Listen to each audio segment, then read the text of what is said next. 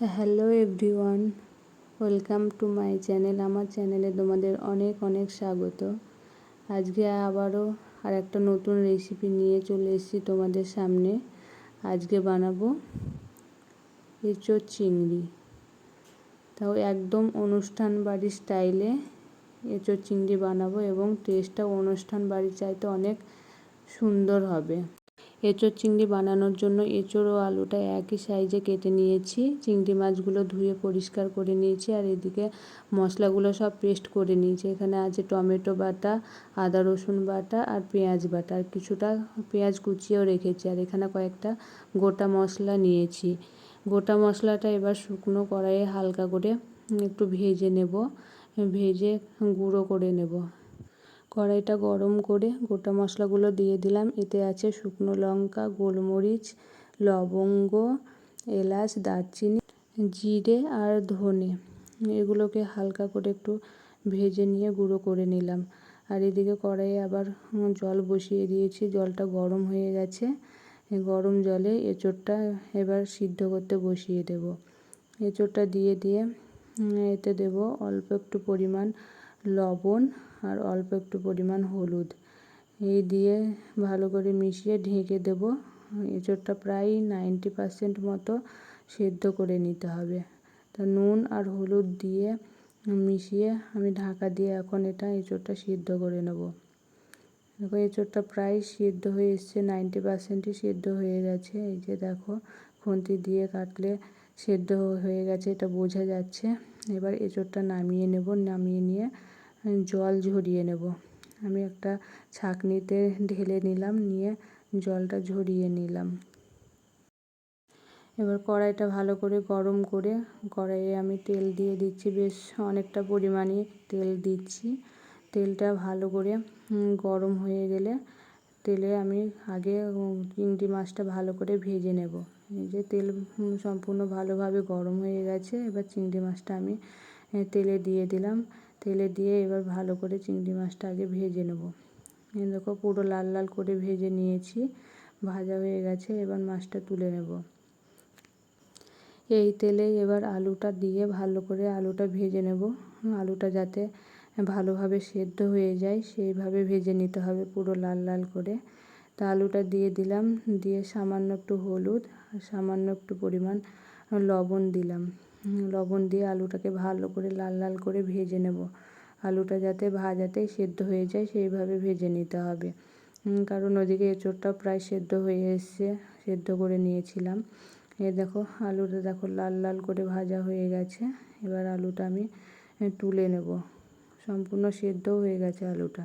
এবার আলু ভেজে তুলে নেওয়ার পরে যে তেলটা ছিল ওই তেলেই আমি এঁচোড়টা দিয়ে দিলাম। এঁচোড়টা দিয়ে এঁচোড়টা একটু ভালো করে ভেজে নেব। এঁচোড়ে তো প্রথমে লবণ হলুদ দিয়ে সেদ্ধ করেছিলাম, সেই জন্য আর লবণ হলুদ দিলাম না, এমনি ভেজে নিলাম ভালো করে।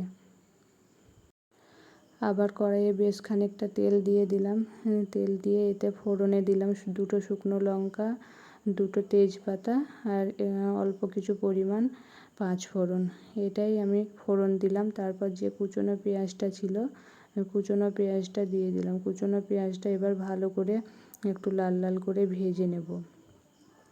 এই যে পেঁয়াজটা দিয়ে দিলাম, দিয়ে এবার পেঁয়াজটা একটু 2 মিনিট মতো ভালো করে ভেজে নিয়ে তারপর যে পেঁয়াজ আর কাঁচা লঙ্কার পেস্টটা বানিয়েছিলাম সেই পেস্টটা দিয়ে দিলাম। এবার পেঁয়াজের পেস্টটা ভালো করে একটু কষিয়ে নেব, যাতে পেঁয়াজের জলটা বেরিয়ে শুকনো শুকনো হয়ে যায়, সেইভাবে ভেজে নিতে হবে। এই দেখো পেঁয়াজটা ভালো করে কষিয়ে নেওয়া হয়ে গেছে। এবার দিয়ে দিলাম আদা রসুনের পেস্ট। আদা রসুনের পেস্টটা দিয়েও ভালো করে আমি কষিয়ে নেব, যাতে আদা রসুনের কাঁচা গন্ধটা না থাকে, সেইভাবে ভালো করে কষিয়ে নেব। যে ভালো করে কষিয়ে নেওয়া হয়ে গেছে। এবার এর মধ্যে দিয়ে দেবো টমেটোর যে পেস্টটা করে রেখেছিলাম, সেই টমেটোর পেস্টটা দিয়ে দিলাম। এবার টমেটোর পেস্টটা দিয়ে দেওয়ার পরেও টমেটোটাকেও ভালো একই প্রসেসে ভালো করে কষিয়ে নেব। মশলাগুলো ভালো করে কষিয়ে নেওয়া হয়ে গেছে। এবার এর মধ্যে দেব গুঁড়ো মশলা। প্রথমে দিলাম লবণ, হলুদ, জিরে গুঁড়ো, ধনে গুঁড়ো আর অল্প একটু পরিমাণ লাল লঙ্কার গুঁড়ো। ঝাল বেশি খুব একটা বেশি খাই না, সেই জন্য লঙ্কার গুঁড়ো অল্প পরিমাণেই দিলাম। এবার শুকনো মশলাগুলোও ভালোভাবে একটু কষিয়ে নেব। এই যে শুকনো মশলাগুলো দিয়ে ভালো করে কষিয়ে নেওয়ার পর তেল ছেড়ে ছেড়ে আসছিলো, আমার মশলাটা ভালো করে কষানো হয়ে গেছে। এবার এর মধ্যে আলু আর এঁচোড়টা দিয়ে দিলাম, দিয়ে এবার আলু আর এঁচোড়ের সঙ্গে মশলাটা ভালো করে কষিয়ে নেব। ভালো করে প্রথমে মিশিয়ে নিচ্ছি, মিশিয়ে নিয়ে তারপর 5 মিনিট মতো একদম লো ফ্লেমে আমি এঁচোড়ের সঙ্গে মশলাটা ভালো করে কষিয়ে নেব ঢাকা দিয়ে। 5 মিনিট ঢাকা দিয়ে রেখে দিলাম এবং গ্যাসের ফ্লেমটা একদম লোতে করে দিলাম, যাতে মশলাটা ভালোভাবে এঁচোড়ের সঙ্গে কষে যায়। এই যে ভালো করে কষানো হয়ে গেছে, দেখেই বোঝা যাচ্ছে আমার আলুর সঙ্গে আর এঁচোড়ের সঙ্গে মশলাটা ভালো করে কষিয়ে নেওয়া হয়ে গেছে। এবার এর মধ্যে আমি দেব গরম জল। আমি একটু সাইডে বসিয়ে রেখেছিলাম, সেই গরম জলটাই এখন দেব। তোমরাও রান্নাতে গরম জল দিয়ে দেখো, রান্নার টেস্টটা অনেকটা বেশি হবে। গরম জল দিলে রান্নার টেস্টটা একটু ভালোই হয়, সেই জন্য আমি গরম জল দিলাম। দিয়ে ভালো করে মিশিয়ে নিচ্ছি। মিশিয়ে নিয়ে অল্প একটু সামান্য পরিমাণ স্বাদ মতো তোমরা লবণ দেবে। সব কিছুতে তো আগে থেকে লবণ দেওয়া ছিল, সেই জন্য অল্প একটু সামান্য পরিমাণ লবণ দিয়ে আমি ভাজা যে চিংড়ি মাছগুলো ছিল সেগুলোও দিয়ে ভালো করে আবার মিশিয়ে দিলাম। মিশিয়ে দিয়ে এখন ঢাকা দিয়ে আমি 10 মিনিট মতো রান্না করে নেব। এই যে আমি ঢাকা দিয়ে দিলাম, ঢাকা দিয়ে 10 মিনিট মতো রান্না করে নিলাম। দেখো আমার রান্নাটা প্রায় হয়ে এসছে। এই যে দেখেই বুঝতে পারছো উপর দিয়ে তেল ছেড়ে এসেছে এবং আর এঁচোড় এবং আলুটা একদম প্রায় সেদ্ধ হয়ে গেছে।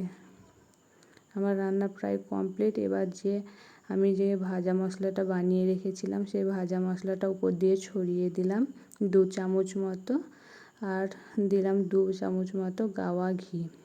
তোমরাও গাওয়া ঘিটা আর এই ভাজা মশলাটা দেবে।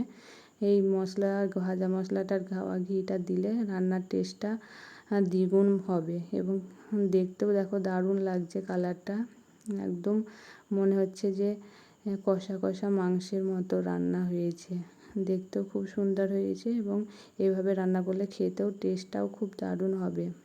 ভাজা মশলা আর ঘিটা দেওয়ার পর আমি এবার ঢাকা দিয়ে 2 মিনিট মতো গ্যাসটা বন্ধ করে রেখে দেব, তারপর আমি সার্ভ করে দেব। তো আমার রান্নাটা কেমন লাগলো অবশ্যই তোমরা কমেন্টে জানিও। আর এইভাবে বানিয়ে খেয়েও অনুষ্ঠান বাড়ির চেয়েও খুব সুন্দর হবে খেতে এবং দেখতেও দেখো কালারটা খুব সুন্দর লাগছে। তো আমার রেসিপিটি যদি ভালো লাগে লাইক, কমেন্ট, শেয়ার করো এবং সাবস্ক্রাইব করে আমার